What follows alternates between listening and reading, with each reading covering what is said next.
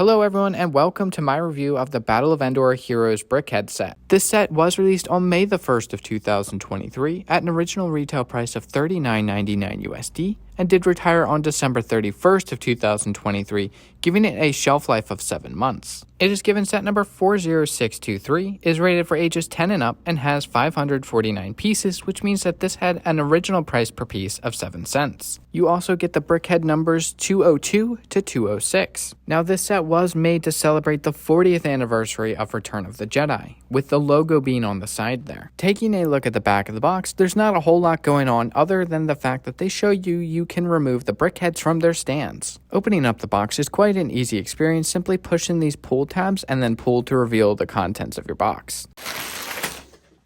Inside of your box, you will find a total of 5 numbered bags, 1 per BrickHead, as well as 5 separate instruction manuals, also 1 per BrickHead. Taking a look at the final product, these are all very nice. I like these a lot, and I don't really have any issues with them at all. But I definitely have some favorites in this set, so let's talk about them individually and show you what they all have. First and foremost, let's talk about my favorite BrickHeads in this set, R2-D2. Now yes, he does look a bit more blocky than other buildable R2-D2s we've received in the past few years. This is in the BrickHeads format, so it is expected for him to look a bit more blocky. Now with that being said, this particular BrickHeads has a lot of printed parts that all look fantastic. On the front here, you do see that nice torso piece. That is printed, and it looks beautiful. Now the printed piece here on the side of his head is printed on this nice pearl silver, and it looks stunning. Now that same piece is used on the back of his head, as well as on the opposite side of his head. Giving you a 360 spin, you get to see a lot more of the detail. You get to see those nice pearl silver pieces, as well as some of the other pieces like those rounded pieces on his legs,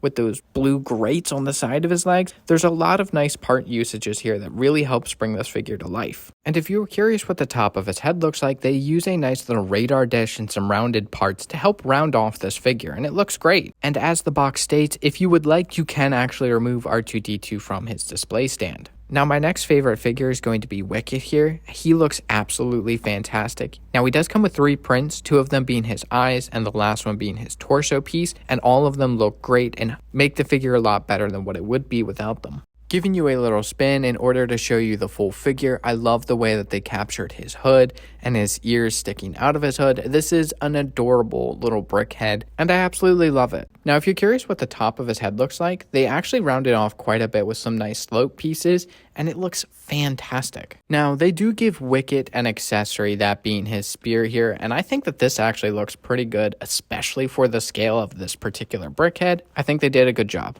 Now, my next favorite figure is, of course, Lando Calrissian. He is just an absolutely iconic character in Star Wars, and I feel like they translated him really well in BrickHead form. Now they do give this figure 4 printed parts, 2 of them being his eyes here, and then of course they give him his mustache. Then lastly, he does have a 1x3 printed brick for his torso. Now giving you a nice 360 spin of this figure, one of the details that immediately pops out, at least to me, is that beautiful cape. It is eye-catching. Now they added a lot of nice texture to the hair, utilizing a bunch of different pieces like those rounded pieces, as well as some cheese slopes. And if you're curious about what the top of his head looks like, it looks like this. They utilized some nice slope pieces to also add some more texture to the top of his head. And just like the BrickHeads before him, you can actually remove him from his display stand. Now, if you've been watching my channel for any length of time, you know that I absolutely love the pearl gold pieces, and they utilized a 2x2 here to add a nice splash of detail to his torso, and I love it a lot. Now, my next favorite figure in this BrickHead set is this Princess Leia in her Endor gear. She looks fantastic. Now, she does have some printed parts, 2 of which are going to be her eyes.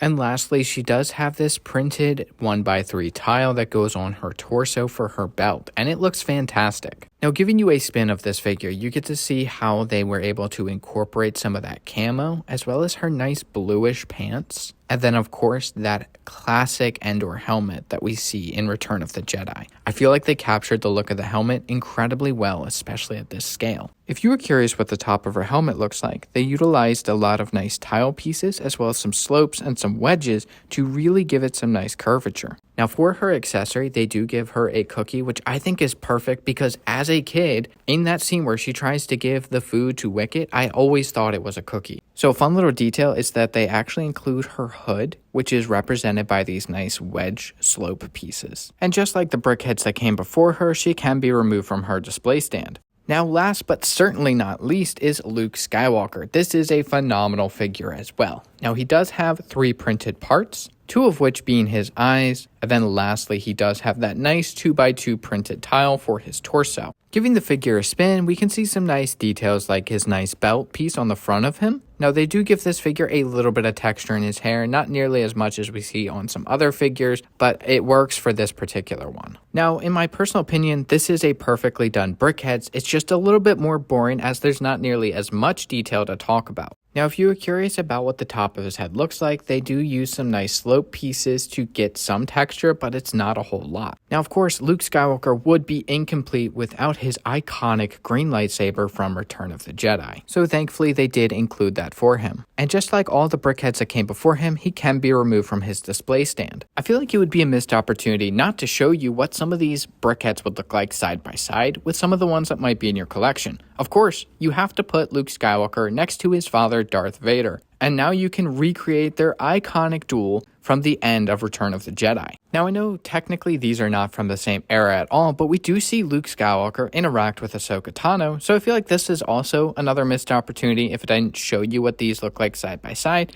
and hopefully we do get a later in life Ahsoka Tano BrickHead to complete the look. Lastly, we have one more figure to put side by side, and that of course is going to be his apprentice Grogu. While it was a short-lived apprenticeship, it is still cool to see these characters side by side in BrickHead form. So with all of that in mind, what are my thoughts on this set? Well, I did review them in the ranking that I put them. I think R2-D2 and Wicket are by far the best parts about this set. Now, what that does not mean is that the other figures are bad. Every single figure in this set I think is fantastic when it comes to the standards of BrickHeadz. Even the figure that I think is just kind of mid, being Luke Skywalker, is still a phenomenally done figure. I give this set a 9 out of 10. The only thing I would change is giving Luke Skywalker a bit more texture in his hair. If you are a BrickHeadz fan, I would highly recommend picking this set up if you can find it for at or around the original retail price. But that is all I have to say on this set. Thank you so much for watching. I hope you enjoyed, and I hope you found this video helpful for your purchasing decisions. If you did enjoy the video or found it helpful for your purchasing decisions, please let me know by leaving a like. Let me know your thoughts on this set and more in the comment section down below. And be sure to hit that subscribe button, as it is a great and free way to support the channel. Be sure to join the Discord to join in on the conversation about LEGO Star Wars. And until next time, stay bricked up and enjoy what you love.